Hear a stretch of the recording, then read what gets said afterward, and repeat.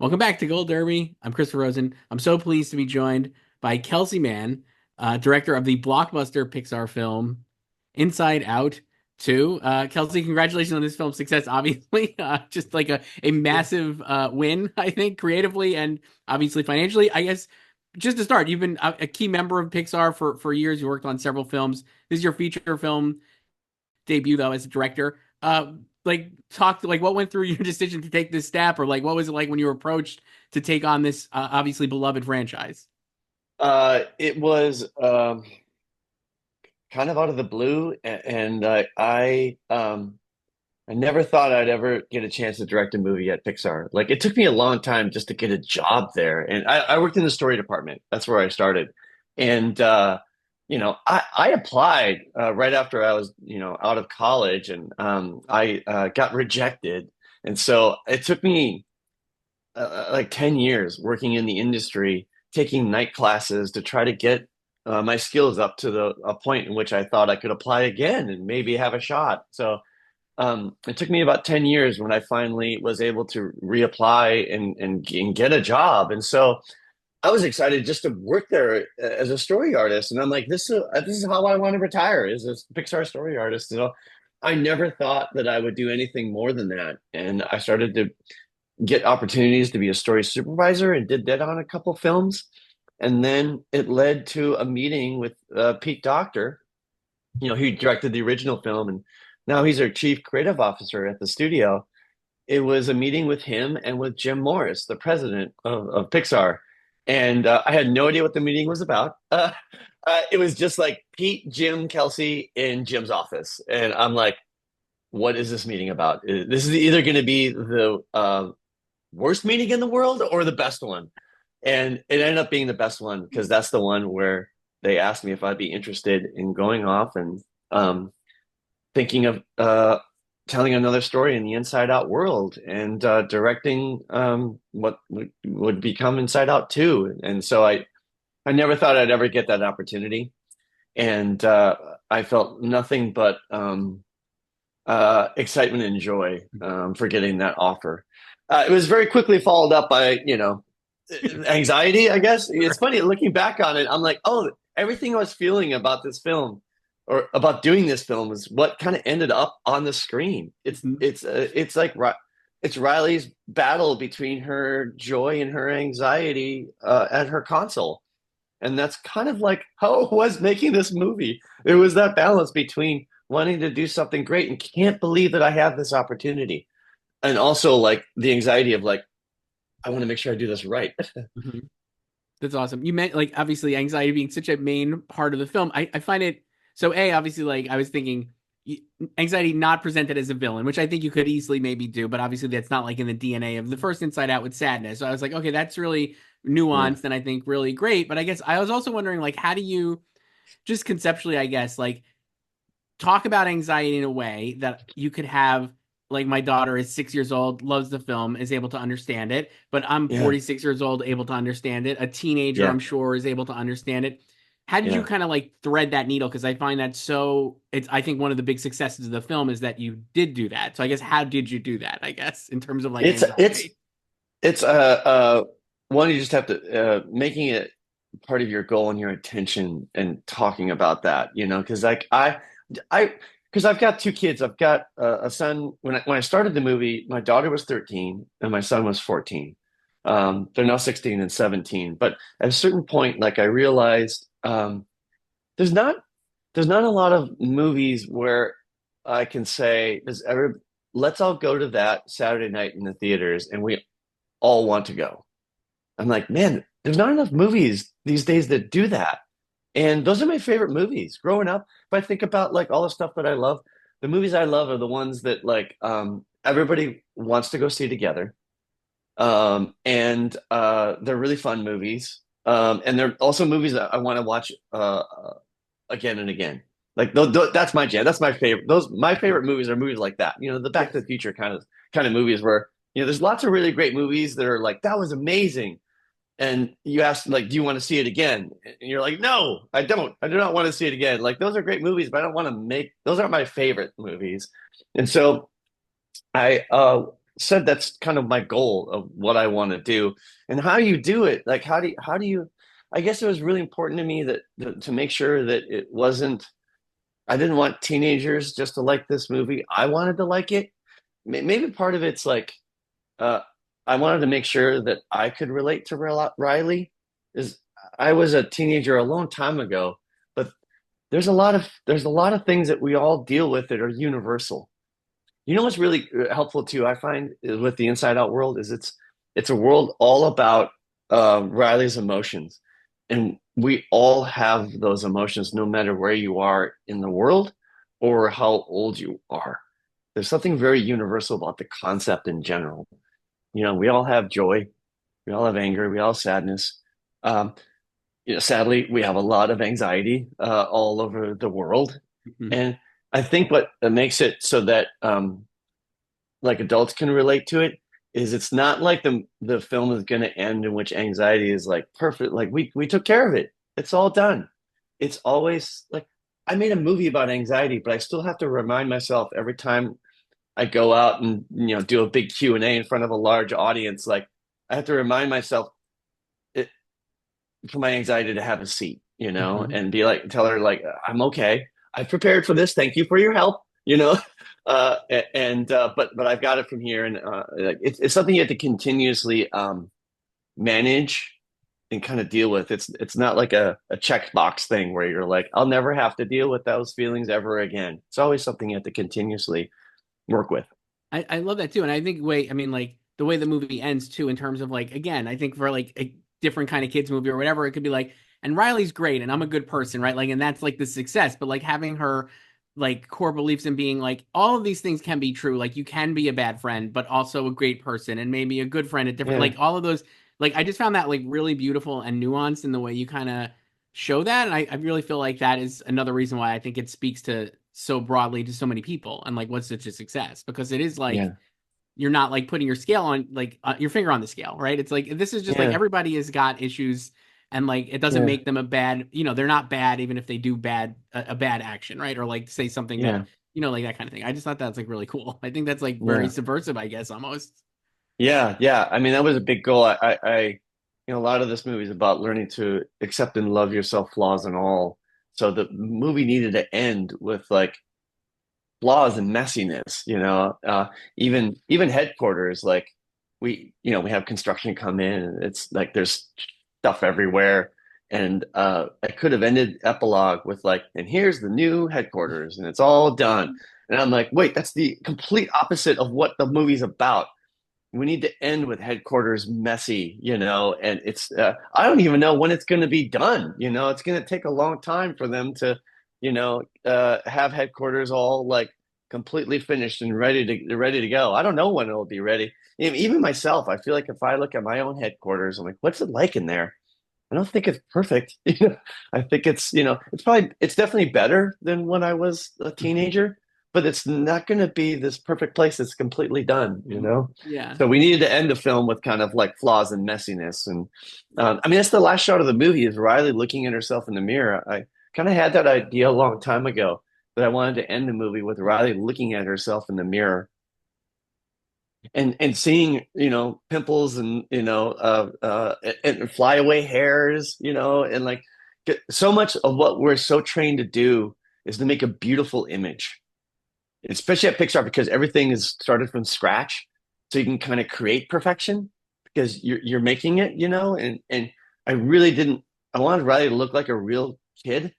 We we had a lot of we had a lot of meetings that were just about her the acne and her like how many where are they at, there's not my favorite meetings in the world to look at pimples all day, but what I do love about it is they're representing somebody who's real, Mhm. and so I wanted to end the film with Ryan looking at herself in the mirror and having her look beautiful, flaws and all was kind of the kind of concept behind it. When you went back, I guess after like you're saying like get asked to do this incredible opportunity, right? Like when you like now, did you go back? I guess after you're gonna direct the sequel, do you go back and rewatch? Did you watch the original Inside Out and like look at it differently, or like how did you like, Yeah. or did you just like Forget this. Yeah. I've already seen it. I don't need to do this, and I'm just gonna focus on No, this movie. Okay. Chris, you're right. You're actually right. That's the first thing we did. Uh, Pete, it was actually Pete's idea. Pete Docter, he directed on the original Hmm. film. He's our chief creative officer. He was like, let's watch the movie together. And we went into one of our theaters at Pixar, and we had the sound at half volume. And Pete was there. Jonas Rivera, who's the producer on the first film, he was there, and we watched the whole movie. And it was really cool. It was almost like a live DVD commentary where I could actually interact with the director. I'm like, I would pay for this. Just, it was fun to do, obviously, for making this movie, but it was such a fun experience to sit with the director of a movie and to be able to interact with the commentary. So Pete would say, "Oh, hey, that reminds me that just so you know, that's in the movie for this reason, and we learned this because of whatever story note that they got." And then I could also go, "Hey, why exactly is it done that way?"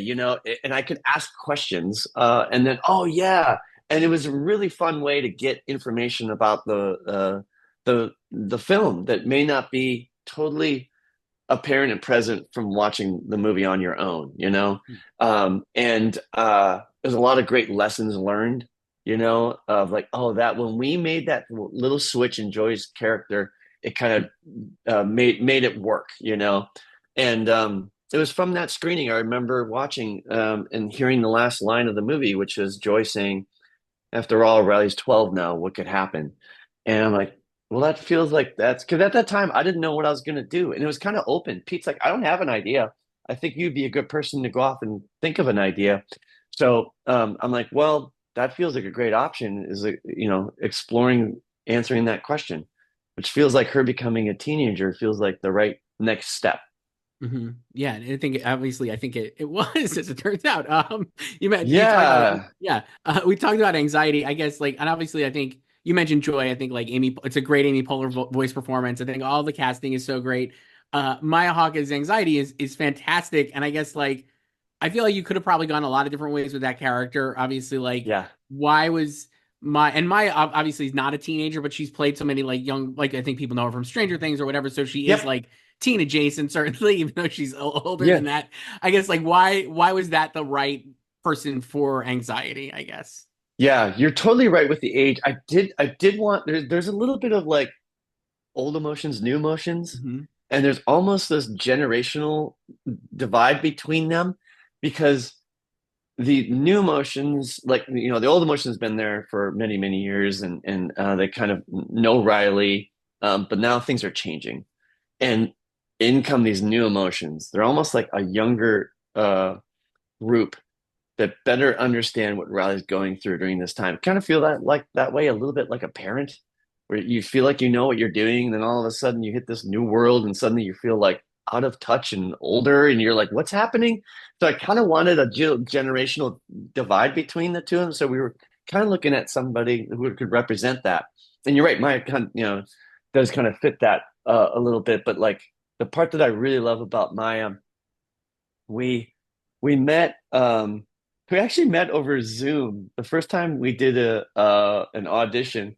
This was a really fun story. Like Maya was up for auditioning, but the only time she was available is when I was on vacation with my kids on spring break, and we were going to Disney World. And I'm like, they're like, "Can you do it during your vacation?" I go, "Yeah, but I'm at Disney World." And they're like, "That's okay. We'll find you a spot at Disney World." I go, "Really?" Go, "Yeah, we know people." And so they arranged it so that I was at Epcot, and I met somebody at the Mexican Pavilion, and they took me like backstage behind, that